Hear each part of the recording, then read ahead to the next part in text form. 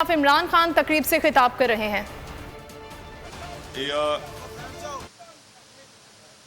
ایاک نعبد و ایاک نستعین۔ جی میں اپنے کسانوں سے سب سے پہلے تو یہ بات کرنا چاہتا ہوں کہ جس طرح شاہ محمود قریشی نے کہا کہ پاکستان تو خوشحال ہو ہی نہیں سکتا جب تک ہمارا کسان خوشحال نہ ہو، اور اس کی وجہ ہے پاکستان ایک ابھی بھی زرعی ملک ہے۔ ہم نے اگر اوپر جانا ہوتا ہے تو ہماری زراعت کو پرفارم کرنا ہوتا ہے۔ انشاءاللہ آگے انڈسٹری کو بھی ہم اٹھا رہے ہیں، لیکن ابھی تک جب تک ہماری زراعت ٹھیک نہیں ہوتی ملک کی سیکیورٹی خطرے میں ہے، کیونکہ زراعت کے ساتھ ہے فوڈ سیکیورٹی، اور فوڈ سیکیورٹی آج تو پاکستان کا تو ایشو ہے، ہماری آبادی جس رفتار سے بڑھ رہی ہے، لیکن آپ کو پتہ ہونا چاہیے دنیا کا ایشو ہے آج۔ اب آپ اگر جو بھی تجزیہ پڑھیں تو خاص طور پہ یہ جو یوکرین اور روس کی جنگ ہے، اس کے اندر اب خوف ہے لوگوں کو کہ قحط پڑیں گے، کہ جو اس جنگ کی وجہ سے جو گندم متاثر ہوئی ہے، گندم کی ایکسپورٹس متاثر ہوئی ہیں، جو ان کی قیمتیں بڑھیں گی، تو خوف یہ ہے کہ کئی ملکوں کے اندر قحط پڑیں گے۔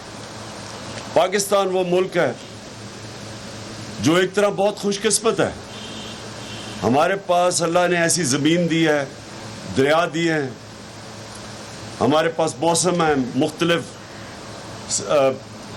کراچی سے لے کے جب آپ اوپر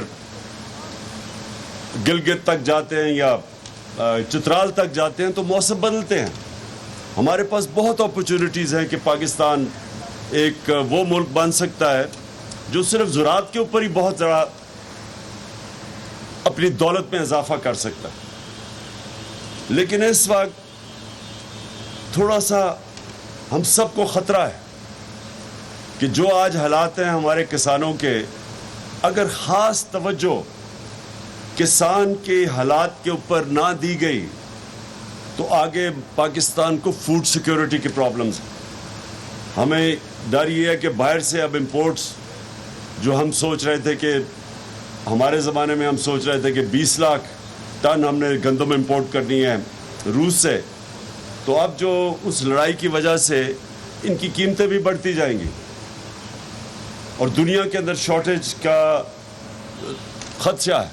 لہٰذا میں یہ آج کہنا چاہتا ہوں کہ ہمیں جو موجودہ گورنمنٹ امپورٹڈ گورنمنٹ آئی ہے، ان سے مجھے زیادہ امید تو نہیں، لیکن اس وقت جو کسان کے حالات ہیں، جو ابھی پھر سے شاہ محمود قریشی نے بتایا کہ ایک تو انپوٹس بڑھتی جا رہی ہیں، قیمتیں بڑھتی جا رہی ہیں۔ جب ڈیزل اور پٹرول 10 دنوں کے اندر 60 لیٹر دونوں ان کی قیمت بڑھا دی گئی، اور پھر بجلی بھی بڑھا دی گئی، بجلی جس ایک دم 10 یونٹ جو بڑھے ہیں، اس کا جو امپیکٹ پڑے گا، ہر چیز مہنگی ہوگی۔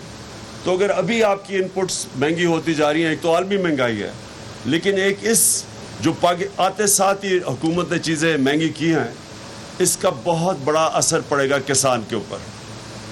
اور مجھے یہ خوف ہے کہ اگر یہ اسی طرح اگر اس کے اوپر کوئی سوچ نہ کی گئی، ٹارگیٹڈ سبسڈیز کم از کم نہ دی گئی، تو مجھے ڈر یہ ہے کہ ہمارا آگے جا کے فوڈ سیکیورٹی کا پرابلم ہوگا۔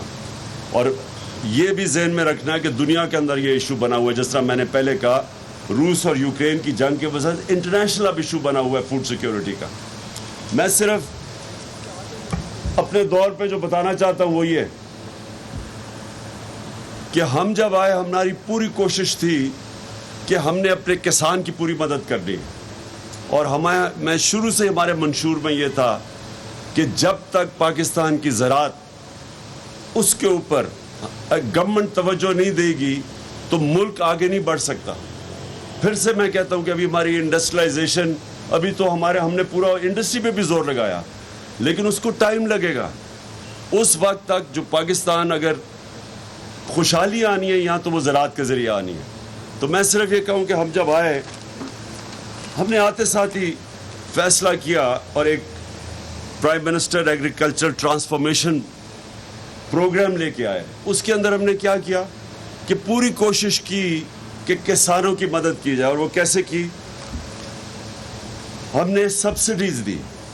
ساری دنیا میں کسان کو سبسڈی ملتی ہے. ہم نے فیصلہ کیا کہ ہم سیڈ کے اوپر سبسڈی دیں گے, کاٹن پہ, آئل سیڈ پہ, ڈی اے پی کے اوپر ہم نے فیصلہ کیا. دالوں کے اوپر بھی ہم نے سبسڈیز دی. ڈی اے پی پہ فیصلہ کیا کہ 24 ارب روپے کی سبسڈی ڈی اے پی کو دی جائے گی. پھر پوٹیش کو علیحدہ سبسڈی. پھر جو یوریا کے اوپر 132 ارب روپے کی سبسڈی تھی ہماری. اور آج میں دیکھ رہا ہوں کہ یوریا کی قیمت ہماری وجہ سے دنیا میں 5 گنا کم پہ ہم یوریا بیچ رہے تھے. ہمارا تقریباً 1700-1800 کے بیچ میں تھا یوریا کی بوری. آج وہ پہنچ گئی ہے 2800 پہ. اور اس کا پورا اثر پڑے گا ساری ہماری پروڈکشن کے اوپر. ہم نے پھر پیسٹیسائڈز پہ دی سبسڈی. ہم نے اینیمل بریڈنگ, جانوروں کو بہتر اپنی یہ جو گائے بھینس ہیں ان کا, اس کے اوپر 24 ارب کی سبسڈی دی. پھر ہم نے پانی کو بچانے کے لیے, اصل ایشو اب پانی کا بنا ہوا ہے, 90 ارب ہم نے واٹر کنزرویشن کی سبسڈی دی. اس کے اوپر پیسہ خرچ کیا, سبسڈی نہیں دی. اور 56 آئٹمز تھیں جن کے اوپر ہم نے, جو فارم مشینری تھی, 56 آئٹمز کے اوپر سبسڈی دی. اچھا, یہ اس کی وجہ سے ہوا کیا؟ اور یہ مجھے سب سے زیادہ فخر ہے کہ یہ جو اس سبسڈیز کی وجہ سے جو کسانوں نے پھر جس طرح محنت کشوں نے اس ملک میں ریکارڈ پروڈکشن دی. کپاس 17% کپاس کے اندر امپروومنٹ آئی, پچھلے 1 سال کی بات کر رہا ہوں. چاول 10.7% چاول کے اندر اس کی پروڈکشن بڑھی.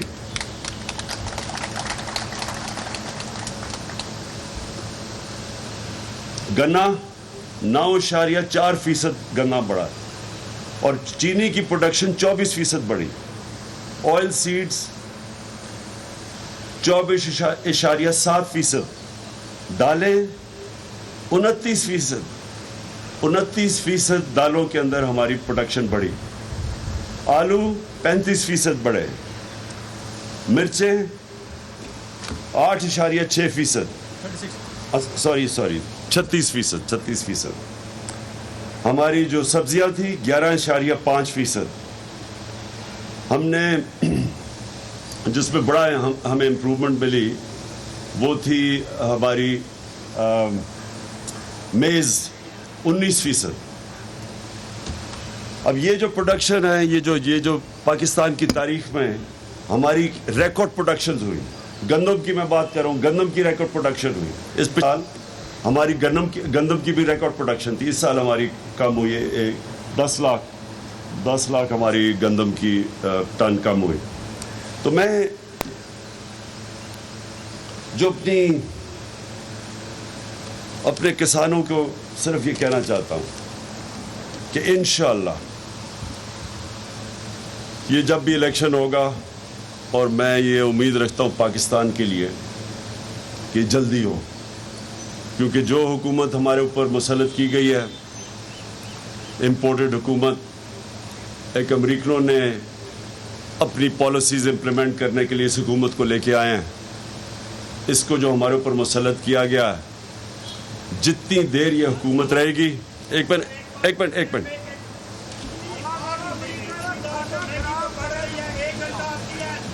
لوڈ شیڈنگ, بالکل ٹھیک کہہ رہے ہیں.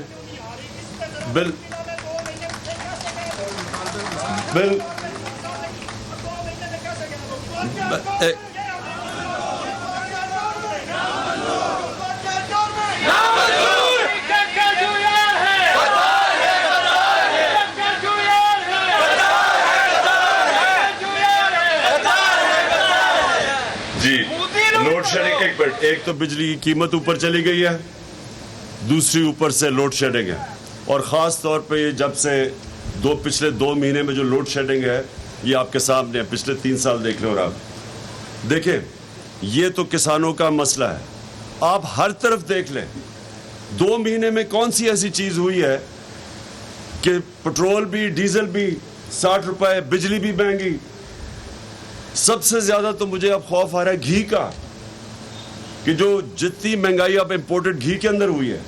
تو دیکھیں میرا صرف ایک چیز ہے کہ یہ جو حکومت لائی گئی ہے یہ ایک ملک کی بہتری کے لیے نہیں لائی گئی. یہ عوام کی خدمت. کہہ رہے تھے جی مہنگائی بہت زیادہ ہے, ہم مہنگائی کم کریں گے. تو مہنگائی تو انہوں نے 2 مہینے میں وہ مہنگائی کی ہے جو 3.5 سال میں نہیں ہوئی.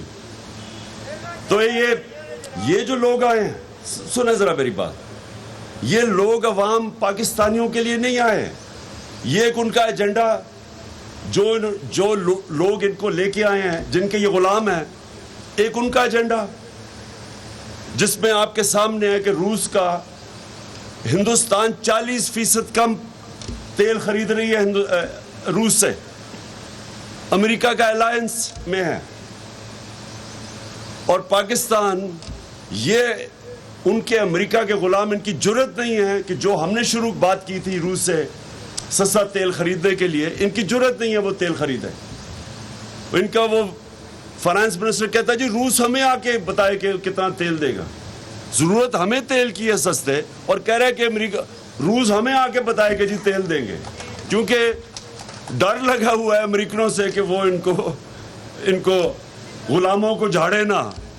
تو اس لیے یہ آپ کے لیے نہیں آئی, یہ آئے ہیں ایک تو ان کا ایجنڈا کہ جو ان کی امریکہ چاہے گا وہ یہ کریں گے. جس کی الائنس ہے ہندوستان کی امریکہ کے ساتھ, میں پھر سے کہتا ہوں وہ تیل بھی لے رہے ہیں, وہ ہتھیار بھی روس سے لے رہے ہیں, لیکن غلاموں کو اجازت نہیں ہے. یہاں انہوں نے 25 روپے لیٹر اپنی بجلی کم کی ہے.